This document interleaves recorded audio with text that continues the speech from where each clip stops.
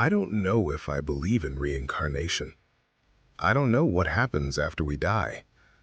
But what my little brother told me, that changed me forever.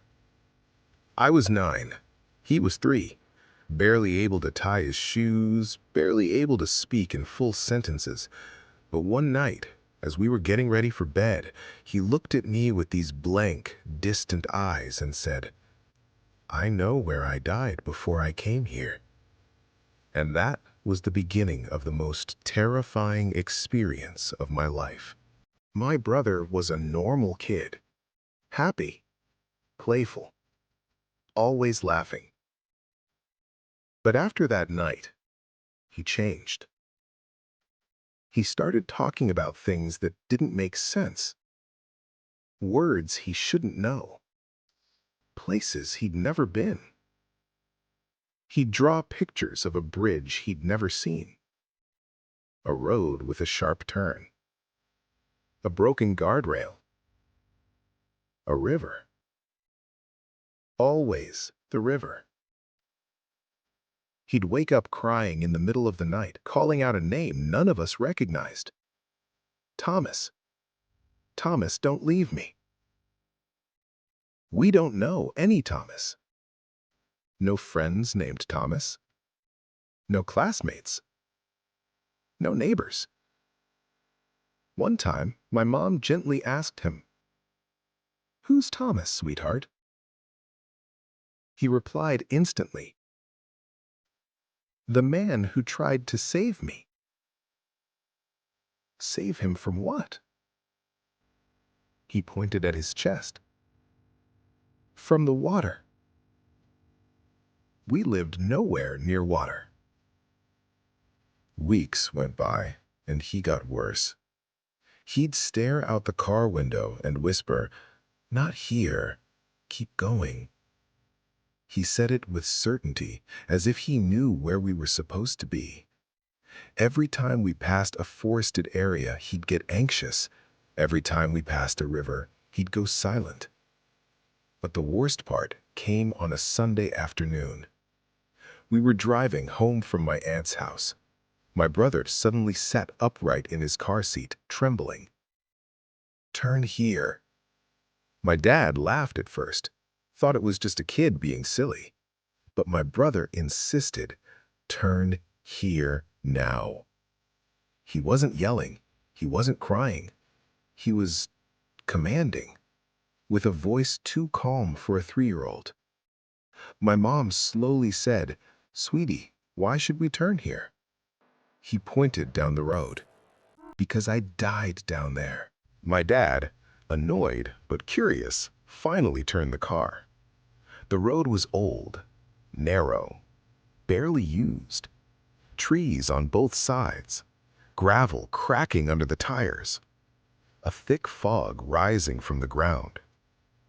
My brother guided us like he'd lived there his whole life.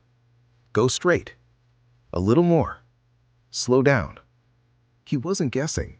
He was remembering. We drove deeper into the woods until the road curved sharply to the left. My brother whispered, "This is where the car didn't turn." My dad hit the brakes. "What car?" My brother pointed at the guardrail, except the guardrail was broken, bent outward, metal torn, old rust covering deep scratches. This wasn't vandalism. This was a crash site. He got out of the car before my parents could stop him, walked straight to the edge of the road, and then he said the words that made all of us sick. "This is where I went through."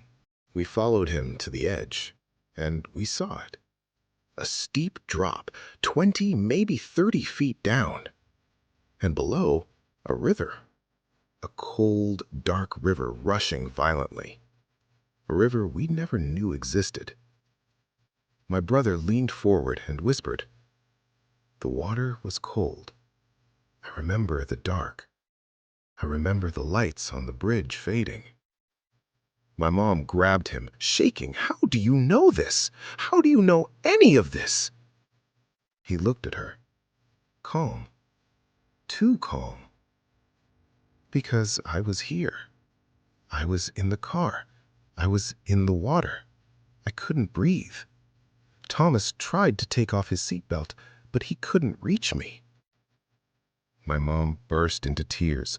My dad turned pale, and all I could do was stare at the broken guardrail and realize that what he described sounded like a real accident. My dad wasn't the type who believed in past lives. He was a logic person.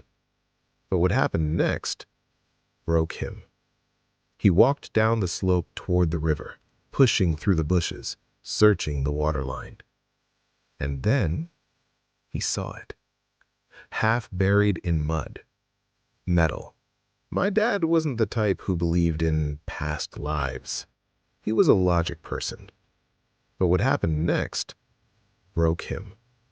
He walked down the slope toward the river, pushing through the bushes, searching the waterline. And then he saw it, half buried in mud, metal, old, rusty.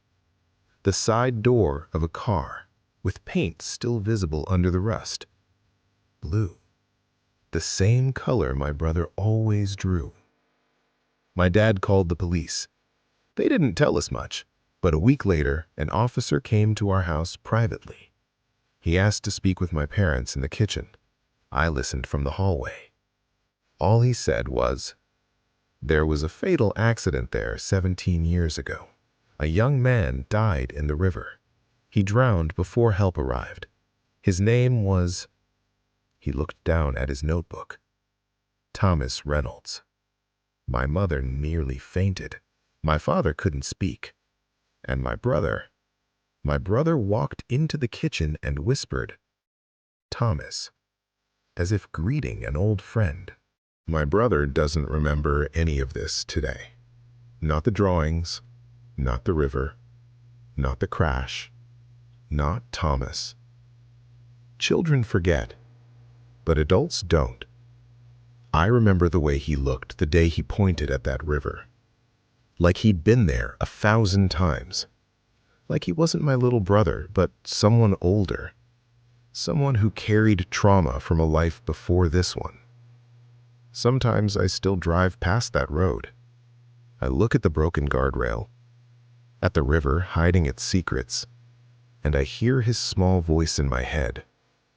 This is where I died. I don't know if reincarnation is real. I don't know what actually happened that day. But I know one thing. A 3-year-old shouldn't be able to lead us to the exact place where a stranger drowned decades before he was even born. And yet, he did.